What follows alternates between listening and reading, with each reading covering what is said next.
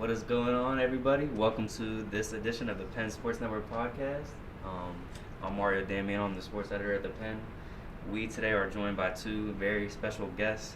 First up, we have the two-time reigning PSAC tournament MVP, Ethan Porterfield, with us. Ethan, appreciate you coming on. Nice to and be then here. We also have the IUP single-game three-point record holder, Bryce Radford, just over from West Virginia. Gentlemen, thank you for coming on today. Very happy to have you. Thanks for having us. Thanks for having us. Absolutely. So, well, Bryce, obviously everyone might not know your story, but me and people around Terra were familiar with it. So, we went to IUP, and then you transferred out, and then you were retired, maybe we could say retired, now out of basketball, and now you're back. So, I mean, what's that been like for you coming back from, kind of moving on with your life and with your career? Yeah, it's been, for one, it's crazy. It's surreal. Just to be able to go out with him and KJ, the two guys that I came in with, man, it's been so special and awesome to me. It's also been painful because I was retired and literally not knowing anything, and then getting back in the groove of being a college athlete, and then coming back and playing 35 minutes a game has been hard on my body. So, but it's been awesome. I've enjoyed every minute of it. Where were you when you found out that you might be coming back, and what was your initial reaction to that? It's actually funny because before we knew he was going to come back, they had we were at Shippensburg, and they had the jersey number 14. It was just hanging on a hook. It was just sitting there. And me, IUP jersey. Yeah, me, Dallas, and Katie were like, who's that for? That's for Bryce? Like, Bryce gonna pull up? And then it was crazy because the very next week, Coach called me and was like, what you think about Bryce coming back to play with us? And I was like, you kidding? And he was like, no, I'm serious. And I was like, that's tough because we know we needed some shooters, and that's what he did. So, Bryce, when did this become a possibility? Like, when you decided after last season that, well, first of all, when did you decide that you weren't going to continue playing after last year? And then when was it ever something that crossed your mind that this could be something that would happen? So when I went back home and transferred to West Virginia Tech, I decided around December that after the season I was just done. December of last year. Yeah, I was just kind of focused on training kids. I started my own training business, my own LLC, and things like that. So that was where my focus was at. And then I was actually in Florida visiting a friend and got a text from Dante, and he just got straight to the point, like, would you be interested in coming back? I thought he was joking. Yeah.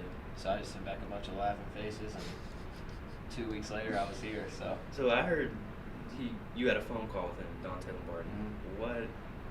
That seems like a legendary phone call. So how did that go down, and what did y'all talk about? I mean, Dante is just so much more than just like a basketball person to me. So that's where my thing was with coming back here, was so much more than basketball. I feel like God was calling me here for a bigger purpose than just basketball, to either be around these guys and share his light and things like that. So a lot of it was about that. Most people would think it was probably all about basketball, but very, very little of it was about basketball. And then I had a call with Coach Lombardi after I got off the plane. And that's when he officially just kind of set me down. Was like, all right, I need you to be serious right now. Yeah. What's your thoughts on it? And then we just prayed about it for 24 hours. Both of us did. And then I just felt like God was calling me here. And 2 days later, I was here. So that's crazy. That's unbelievable.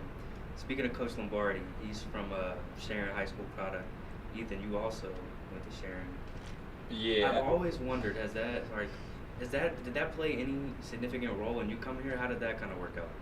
Well, I didn't even really, I knew of Coach Lombardi because whenever I was getting recruited, a lot of the guys was, are from around my area, like Chucky, Armani, Malik. I knew of him, but he actually went to, the Kennedy Catholic, which is, right down the road. Oh, he didn't go to Sharon? No, he didn't go to Sharon, but he right down the road. Yeah. But whenever I was getting recruited by him, he came and visited, he came to my house. He showed me where his house was. It was literally a street up the road. Yeah. So it was kind of crazy to see. And even now he makes references to like a little park or something, a little restaurant or something. And so it's kind of cool to know that he from my way, so he understands how it kind of was. He came back in the day. Came to your house, Coach Calipari. Yeah, yeah. So when you were in high school, I was reading up on your bio on the website. When you were a senior, you averaged 21 points, and you led your team to the Class 3A semifinals. What was that like for you when you were in high school playing in big games like that? And how did that kind of prepare you to play at the college level, would you say? I feel like it was almost harder in high school because in high school a lot of my teammates like they knew like getting recruited, like not getting recruited, but like other teams when they would scout us, they knew that I was like the focal point. Yeah. And a lot of my teammates would get mad at me for not shooting the ball because I'd be getting double teamed, but I've always been like the player that makes the right play. So I'd pass the ball more, and then they would get mad at me. So then closer to the playoffs, my average actually went up because they was like, E, we need you shooting the ball. I don't care if there's 1, 2, 3 people on you. We need you to shoot the ball. So I kind of just, that's the only reason why my average got up so much higher for real. So have both of you always been like pure 3-point shooters? Obviously you guys do a lot more, but when you first started out playing, was kind of 3-point shooting like your main point? I know Bryce, like, That's all I used to do. the first time, it was crazy because the first time I had met you was at the game, what was it, the Slippery Rock game. Mm-hmm. And I mean, you're shooting from like everywhere, and I asked you, I was like, when are you comfortable shooting from anywhere? And you told me it's like as soon as I cross half court, I'm a threat. So has that always been like kind of the main play style for both y'all? Bryce, start with I you. mean, yeah, it's had to be for me. I'm not 6'9". Yeah. I don't have any, like, I got some athleticism, but not a lot, not the quickest. So my thing was I'll just scoot back further. And then, so then you have to get up on me, and now I can drive by you. Now I can do things like that. So that was always the most important part of my game. And then honestly, I was not very good at a lot of stuff until about my 10th grade year of high school. That's when I started being able to dribble a little bit. But before then, I was in the corner catch and shoot. That's all I did. What's the farthest 3-pointer you've made in the game? I mean, I know you taking some from like what, 30 feet at least since you got back here. Yeah. I don't know. Probably in high school, because I shot everything. And I was the opposite of him. They didn't have to tell me to shoot. So they didn't have to tell me to shoot in high school. But ever since I got back, coaches have just been great with. Like he'll have other people cut, and he just lets me scoot back. Yeah. So he's just done great at getting me open. He's got set great screens and everything, and then people are face guarding me. So I do have to take a step back, but it's not anything crazy. Yeah. Just I guess 30 feet to answer your question, something like that, somewhere around there. And Ethan, what about you? I mean, what are you, 6'8", 6'9", and you like, you need what, like an inch of space, and you're letting it fly. So how's that been able to kind of help your game, especially with IUP? Starting out with like when I was younger, that's all I had was shooting. Yeah. And it's crazy because like looking back, like even, I mean now it's supposed to happen the way it was, but like like in high school I always thought I was like under recruited just because like I knew the potential that I was able to be as a basketball player. But yeah, shooting's always been my biggest like focal point because I just feel like if I can get my shot over you, like, because you can work on all these different moves, but shooting a jump shot is the same shot regardless of who's in your face, how contested it is, it's the same shot. And I just feel like, especially at my height, it's just so much more an advantage that I could just, if someone's closing out on me, I'm just going to, you're not going to block it. Like, I'm just going to shoot it over you. And also, like, kind of like what Bryce said, like driving by people, when you have a 3-point shot, even, you know, you got to make it, obviously, of course, but just the fact that taking shots and continuing to shoot, that opens up everything, not just for individual drive or maybe a pump fake, mid-range pull-up, but you can also start getting your teammates involved. What would you guys say has been the thing about your game that you've most improved on, you know, as you've grown older and as you've morphed into college basketball players? I'd say probably like my ball handling. Yeah. Definitely probably my ball handling. I was watching some of your huddle tape. I was watching some of your huddle the other day. You dribbled it up before. Yeah, I had a little bit, but yeah. Now that like the pressure of like having more than one person guarding me. Yeah. So I feel like that's the biggest thing is just like focusing on not like turning the ball over and just trying to make the right plays out of like a double team or something. Yeah. So that's probably my biggest one. It's hard to answer that now because I really don't have to. These guys make my job so easy. I came here to shoot the basketball, so I just make open shots. But if I had to pick one thing, I'd probably pick my leadership, just my communication and leadership. I take a lot of pride in being able to do that and talk to the guys and try to be the loudest one on the court. Because like I said, I'm a 5'9" white kid, dude. I got to do little things like that to make up the difference of athleticism and things like that. Well, a lot of people don't know, me and 40 used to play. We played a couple tournaments together when we were super young. So it's cool to be here now and like doing little things like this and getting to go out as a senior with him. Like, this came a long way. This came full circle. So how has that kind of your guys' friendship? And I know you talked about the Lombardi culture, and the culture is a huge thing here. But how has your guys' friendship kind of contributed to chemistry, maybe on the court? You know, your chemistry off the court, helping you guys on the court as well. What would you say? Here we go.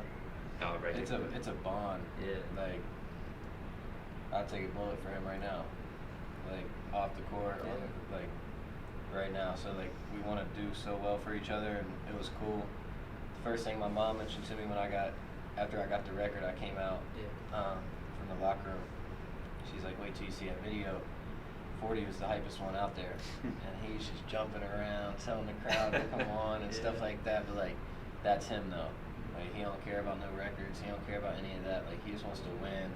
And to be able to do that with me and Kay, like, we feel the same way about KJ. Yeah. So, like, us three, he's going to be the best man at my wedding. So, like, things like that, it's super cool to go out and do those things with him. Yeah, kind of going off what Bryce said, I think it's just, like, the act of being selfless. Because, like, not even just us three, but a lot of the guys, even in the past, like, we forever got that bond. Like, even the teams from, like, my freshman year, we talk all the time. We all talk all the time. It's just, we just know that, like, no matter what happens, he gonna have my back. No matter which way it goes, he gonna have my, you know what I'm saying? Just like that, and that just creates that bond that just feels like it's unbreakable. It's bigger than basketball, and Coach Lombardi says that For sure. all the time. So let's shift gears a little bit. Let's talk about your guys' season. You guys lost a tough one to Cal after you win a big one over Slippery Rock. When you go from playing in such a highly emotional game on a Saturday to playing in another very emotional game on a Monday, how do you kind of prepare for a game like that, especially with a quick turnaround? Honestly, I feel like, well, for most of, like, for some of us, those the PSAC, it reminds me kind of the PSAC tournament that Saturday, Sunday, where it goes to the semifinal championship. And I just think, like, it's getting us close to that gear where we're going to have to lock in and everything going, no matter what happens, every rep got to be not perfect, but as perfect as it can be. Because there's always going to be stuff to work on, but it got to be as good as it possibly can be. And I see us getting towards that. But I think Cal it was kind of a off game. A lot of guys missed some shots. A lot of, I don't want to say nothing about the refs because I never want to be that type of guy, but the game going to flow either way. So there's always one team going to feel like they always got by the refs, and the other team always going to be like, oh, yeah, we got helped out a little bit. So it's always going to be like that. But I think we're going to see him next time for sure. A couple bounces didn't go your bad. Yeah. So, Bryce, what kind of things can you learn as a team from a loss like that and kind of take it and continue it throughout your season and apply those lessons? I think it's a confidence thing. I think that game was a lot of confidence thing. They gave a lot of guys a lot of open shots. And 40 does a great job of just being the leader of the team. Just keep on stressing, shoot the basketball. I don't care how many you miss. They're good shots, though, so shoot the basketball. And we just got to keep on pushing confidence to those guys because those are the shots we're going to get. They're not just going to let 40 stand out there and get a post touch and not bring 5 guys to triple team them or whatever. They're not going to let me stand out there in the corner and just catch and shoot threes all game. So you just got to learn to adapt and adjust and just be that play hard team. But just like 40 said, we're going to see them cats again. Yeah, absolutely. So now we had Dallas on near the end of last semester, and some of the things I'm always interested to ask any type of college athlete is when did you realize, like when you were in high school, or when did you kind of realize that college basketball was in the cards for you? Was it like over a course of time, or was it like a specific moment where it was kind of like, what, maybe I can play at the next level and pressure start with you? I always knew I could play at the next level, but I didn't know what level that was going to be. Yeah. So I went to Oak Hill Academy my freshman year of high school, which is like the #1 high school in the country. And so I got humbled real quick. Oak Hill, like Carmelo? Like Carmelo, Anthony Oak Hill and stuff, yeah. So I went there my freshman year, and half of my 10th grade year, my family dynamic changed a little bit. My parents adopted 2 kids, so I felt like I needed to come home to help them. But being there, like my roommate was Harry Giles, Matt Coleman, point guard at Texas, things like that. So I got humbled real quick about like what level I could play at and stuff because those guys were on a completely different level than me. So I came home, I thought I was like an NAIA, like D3 type player. And then my senior year, I had a big game against the top ranked team in the country. I had 40-something in the first half. And that's when I kind of looked at myself and was like, all right, I can do this. And right after that game is when I heard from Coach Lombardi the first time. So, Ethan? I kind of always knew. Yeah. I knew it was gonna be something because at a young age, like my mom raised me and my brothers by ourselves, so we didn't really have no money. She was kind of like, if you want to go to college, like you got to make it yourself. Yeah. Like we not paying for it. Yeah. So I kind of just had nothing else better to do. I always thought it would be baseball because like that was always my first love growing up. But then, luckily, I had a smart enough baseball coach that was like that used to be the old high school coach. He used to tell me every day after practice, like, go shoot 100 free throws. And like for a while, I wasn't listening to him. He lived right down the street, and he started knocking on my door, like, dude, what are you doing? So luckily, he kind of snapped that into me. And then once I started like working more and more, I kind of like fell in love with it. And once I fell in love with it, I knew like I could play at any level. So did you play baseball and basketball like in high school? When did you kind of? I played baseball. I played baseball and football and basketball all the way throughout my whole life until about like probably like 9th grade. Yeah. In 9th grade is whenever I like really locked in. Was like, because that 9th grade I was like 6'6", and like so I was like, I'm gonna get broke on the football field. Yeah. I can't, like, you know what I'm saying. I don't Yeah, want to get hurt. And then baseball, kind of just fell out of love with it because I feel like with baseball, I can't just go out and work on it by myself. Like it ain't just picking up a ball and just going to shoot. I gotta have someone throw me the ball or something like that. Sure. But so when did you hit like your growth spurt? Because were you 6'8" now? Yeah, I'm probably like he's 6'8", probably I'm 6'2". like He's 6'10". Oh. I'm probably like 6'10" now. 6'10". Yeah. So when you said you were 6'6" when you were a freshman in high school, so when did you kind of become tall? Like, it was I feel like growing up, me and my boys was all around the same height. Yeah. And then going into 8th grade is whenever I just started shooting up past everybody. And then the 9th grade, I just kept going. And then by the time I graduated, I was like 6'8". I came here at like 6'8", and then I grew a little bit more since I've been here. Yeah, I was about to say, he's grown in college. Yeah. See, I'm the complete opposite, bro. I was like 5'8" when I was like 12 years old. I've been 5'8" ever since. You and me both. Yeah. So Bryce, I had no idea that you went to Oak Hill. That's crazy. Oak Hill, where is that at? Is that in? It's in Virginia. It's in Virginia. It's called Mount Wilson, Virginia. It's the #1 Christmas tree producing county in the United States. Interesting. So did you get recruited for that? How did that kind of come about? So Oak Hill used to play one game in my hometown, Beckley, West Virginia. Okay. How far away is it from Oak Hill from It's Beckley? 2.5 hours. 2.5 hours. Okay. And so I'd always went to their camps in the summer. Yeah. They had a 5'9" white point guard. His name was Tyler Lewis. He ended up going to NC State after Oak Hill. They went 48-0, won a national championship. He was a McDonald's All-American. I got to know him through the camps, got super close, and like I would just go so hard at those camps because I wanted to be just like him. And he was there; he was like my coach there and stuff. And then they gave me the opportunity to set me down after one of the camps, and kind of gave me the opportunity to go there, put the offer on the table, and then so I left home at 15.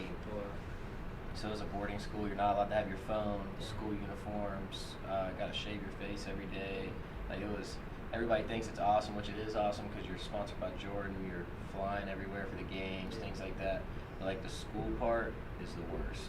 Like, Is it all boys or is it co-ed? It's co-ed, but there's a line in the middle of campus, and if my finger goes over that line, you're out. So they play a national schedule, like you said. You would fly to the games. Who were some of the maybe more notable players or kind of best players that you've like seen or played against? LaMelo Ball, Lonzo Ball. You played Chino Hills? Yeah, we played Chino Hills. Wow. That's crazy. I'm trying to think. Some of the guys that were on my team, Maurio Kegler, he went to Baylor. Devontae Schuler, he went to Ole Miss. Billy Preston went to Kansas. Harry Giles at Duke. Matt Coleman at Texas. Lindell Wigington went to Iowa State. Man, we were loaded. Yeah. And just being around those guys and seeing how like pros work, it was cool. That's what made me realize like, all right, if I want to do this at any level, I gotta work different than everybody else. So. Would you say that was like the biggest, maybe lesson or one of the biggest takeaways that you got from that time? For sure, because you're growing up. I thought I was going to North Carolina because I could make a three. Yeah. And then you get to playing pickup and things like that with them, and you realize real quick like it's a completely different level out there that you don't even know that's out there. Physicality and just pace and things like that. Like those guys have all the things that I was learning as a junior in college, and seniors in high school. Yeah. So That's crazy.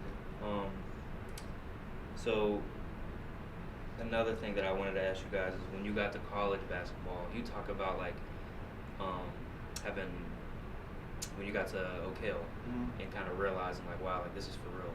What was your guys like a welcome to college ball moment like when you finally got the IUP? Mine was definitely.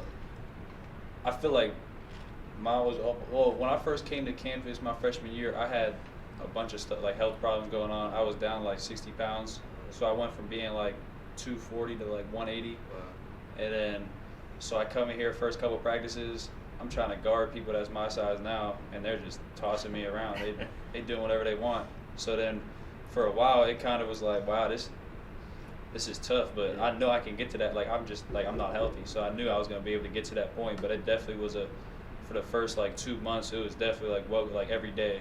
And they didn't take it easy on me either, because our guards and stuff, they knew how it was. So they're like, come out here, like set a ball screen. And then I switch on to them, and they was like, just move out the way. So it was just bad for the first about month, but yeah, definitely that. It was tough. You figured it out eventually though, right? Yeah. Right. I was a lot like him. I had a really bad ankle injury, so my first year I was a medical redshirt. But I got to practice for about the first 3 weeks we were here, and then I got surgery. But my welcome to college moment, we were going on a foreign tour to Toronto, and me, Ethan, or Kay couldn't play because if we played, we couldn't redshirt. He didn't know if he wanted to redshirt us or not. So we had to scrimmage, and it was us three, Dante, and one other, like an assistant coach or something, and it was like Chuck, Malik, Dave, Monty. I mean, all the guys, Shondell, Tommy, all of them, and it was all of them versus us, so they could get ready for Toronto. And I left that practice, and I called my dad. I was like, Dad, I don't know if I'm supposed to be here. Like, this is not good. But that was my welcome to college moment. That game, I was like, sheesh. So, wow, that's crazy. I mean, those are some of like the top guys, like even that have been at IUP. So, what has it been like being able to learn from kind of the guys that came before you? Like you mentioned some of them. What's it been like? Priceless. Yeah. Those guys are so knowledgeable about the game, and one thing about Lombardi is he don't just bring basketball players in here. He brings good people in. So as good as they are at basketball, they're just as good as a person off the court. So they take that time to really. My guy was Dave. I was roommates with Dave. Dave Morris, my freshman year. So like being able to learn from him. He came from D1 school. Yeah. He was doing all this stuff, and then I was watching him. Well, he'd sit there and just watch film with me and break it down. Like, this is why I did this. This is why I did that. And things like that. And that's still conversations that me and him have. Yeah. He's front row at all of our games, cheering just like everybody else is for me, for 40, all of us. So it's super cool to see. Mine was definitely the person that really took me under was Chuck. Chuck, yeah, especially for my freshman year. He knew like he has an art to him that kind of like he know how to get under your skin. Yeah. And that's one thing that like I really needed, especially as a freshman, because I was just so much like weaker than everybody else and all that. But he also knew the fine line that like to build me up at the same time, because he knew what I was capable of. So he would kind of feed me that confidence that I need, but he'd also like keep it kind of level. And the biggest thing that I remember, we lost to Shippensburg my freshman year, and their big man torched me. He torched me the first time. And when he was getting ready to go play him again in the PSAC championship, and the whole night, I'm rooming with Chuck in the hotel the whole night. That's all I heard the whole night, and I just stopped answering him. I just pretend like I ain't hear him. I think I even put my AirPods in and didn't have no music playing just to make it look like I was listening to something. And he was just letting me have it. And then just stuff like that, kind of just bringing the mental aspect of the game and like coming into practice and working hard every day and doing that. That's like really the biggest thing that I took away from all that. And that's kind of like what Bryce was saying about Coach Lombardi bringing in good people. Like, he was doing that stuff, but he had all the best intentions. Yeah, it's all love. Yeah. You know, did it work out? Like when you played Shippensburg, like how did it go? Yeah, we ended up winning. Won the PSAC. Yeah. Oh, okay. Yeah, won the PSAC. So it's 4 straight PSAC championships for us? Yeah, 4. What is that? I mean, what has that been like every single year, kind of being the top dog and always being kind of the hunted, not the hunter? Like, how has that kind of been for you? It honestly feels good to not be that no more, if you want me to be honest. Yeah. It's because I feel like every year prior to this, we kind of went into it knowing, like, we going to win the PSAC. Championship or bust. Like, there's, like, even if on our bad game, these teams in the PSAC, they gonna have, even with their best game and our worst game, we can still beat them. Yeah. And it was kind of like, I feel like in a way it kind of hurt us in the long run because we do that. Some days we could take off. Some days, like, you know what I'm saying. Some days we ain't feel to do this or that. And I feel like the last couple of years, that's why we haven't been able to like take that next step to get to to win the national championship. But I feel like that's why this year I feel like it's a lot better because now we're that team that we're not expected to win. Like we gotta go. Like we got nothing to lose. Us not winning a piece like that ain't got nothing. Like that ain't got no pressure on me at least. I don't know how anybody else on the team feel, but I don't got no pressure on me to win a piece like. So like I feel like it just feels good. What do you think is kind of the biggest strength of this team so far as you guys have played 20 games and now 2/3 of the schedule? What is the biggest strength you guys? I feel like our biggest strength is going to be like just the first of all our defense. Every year our defense is going to be good, but I feel like once March comes, I feel like we're going to be a team that really clicks, and I feel like we're going to be a team that's because a lot of teams don't want to see us, especially now. Like you had like those teams we lost to, we gonna see them again, and they know we gonna see them again. That's why they get all hype in that exact moment, but the next time we play them, they probably gonna have a whole different energy. But you see how everybody act when they beat us? Well, yeah. I mean, I always like to say it's easy to talk when you win, right? It's about the people who are running your mouth in a tie game. Or you know what I'm saying? Bryce, he mentioned defense. I mean, defense is a big Lombardi thing, of course. Why has that? Why do you personally think defense is so important? Like, obviously, it's the most important thing, but why to you do you think defense is the most important thing on the floor? This is a bad question for me. Why? I take charges. Yeah. That's what I take charges. Yeah. I try to box my man out. Sure. But, I mean, defense is defense. You've heard every coach say defense wins championships, and that's completely true. Like, I'll stand on that forever, but it's just a communication thing. I feel like if you have good communication on defense, your defense gets your offense going, and then that whole energy just kind of feeds into the offense, and then it just kind of flows. And we get really good shots when we play really good defense. That's the difference. If we're taking the ball out and they can set up their defense and stuff, that makes it a lot harder. But when we're getting stops and rebounds and kicking it, and Garvin's doing transition stuff to guard. And you got me trailing, you got him trailing. It's tough to guard when we really get running, but all that starts with getting stops. Yeah. And I would always say, like, it's easier to score 60 points than it is to score 80 points. Right? You know what I'm saying? I also think that defense kind of helps because our play style, our play style on offense, like we're just going to out execute you. Absolutely. And a lot of these teams, they don't have as many sets of us or run as many sets of us. Mm-hmm. So us scouting them, scouting each other, they got more to cover than what we got to cover for real. So I feel like the more stops we get, it's just more like opportunities for us to get like just a little bit of lead. You know what I'm saying? And defense travels too. Some nights, shots aren't gonna fall, shots aren't always gonna happen, but you can always control your effort level. What are practices like? How intense do they kind of get? Guys going. How much are guys going at each other? Oh yeah, our practices, especially these last couple since that Cal game. Our practice has been.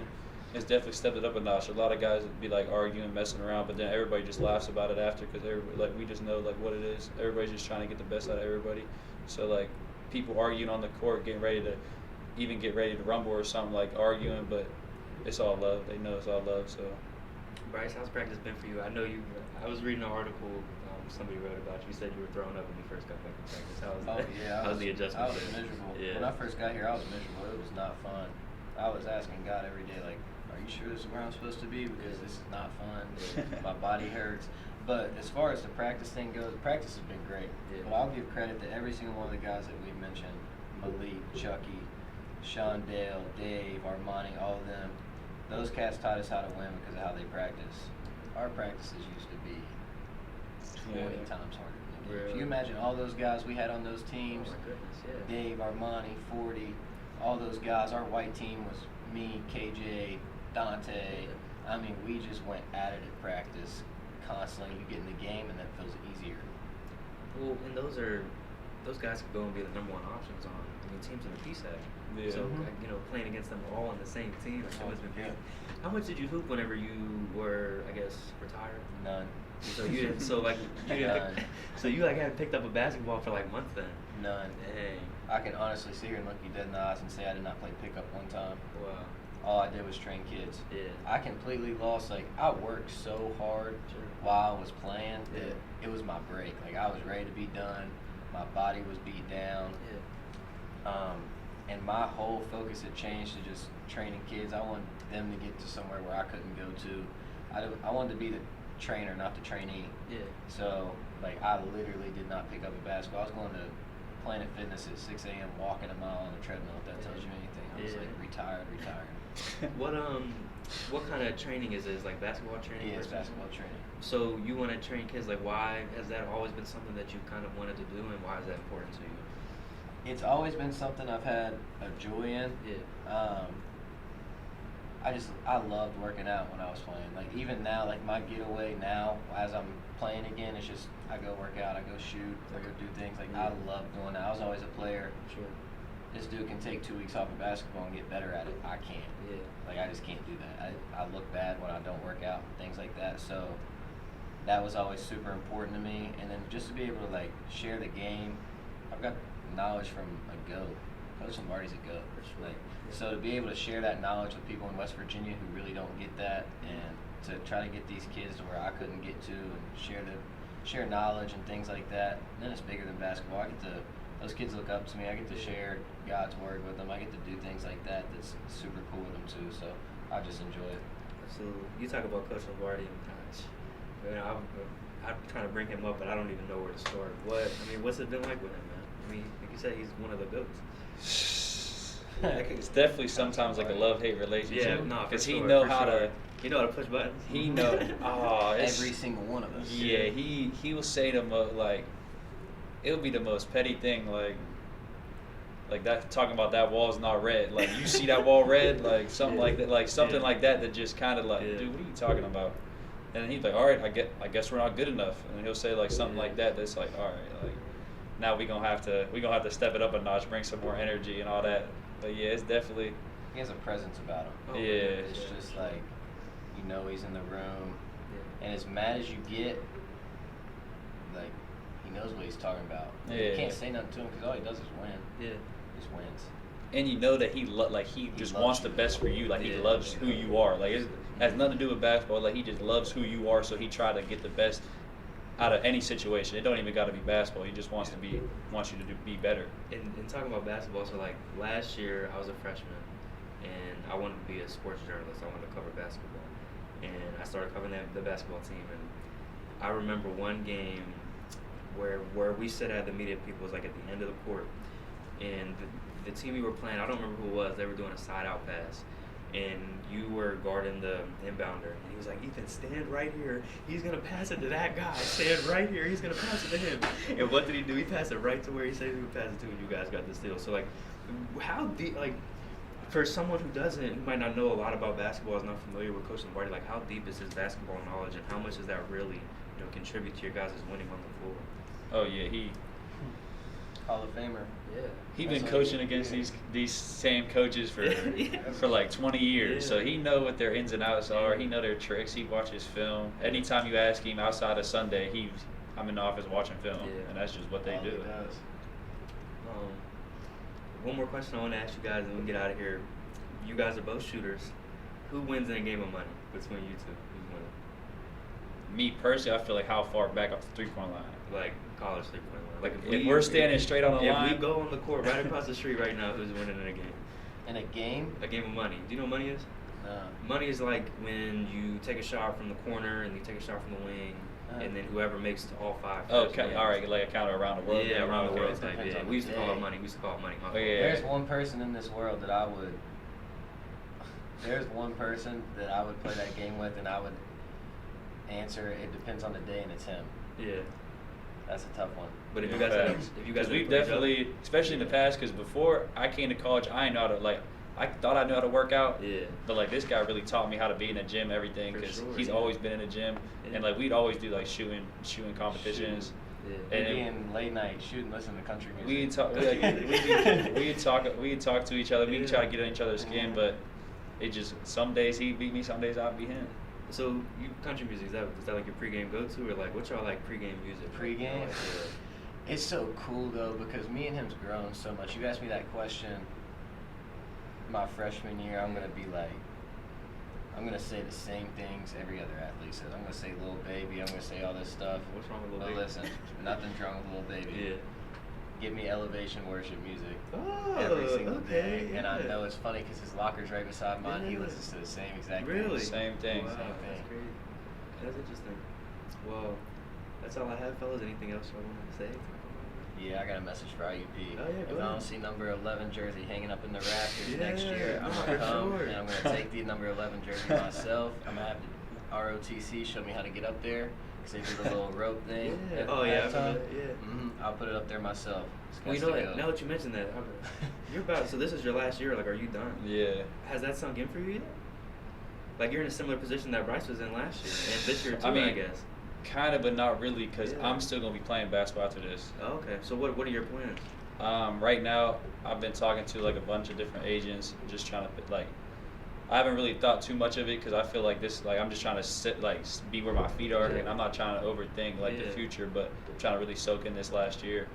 But I just gotta, after I pick an agent, basically they just open the doors for me, and they just give me different like offers and stuff where they like where I'd like to go, and I just Yeah. pick from there. And all right, this is actually the last question. I'm sorry. There you go. What's how far can this team go? This IUP team right now. How far can you guys go? Tell me why. It's the same as every other year. Yeah. And I feel like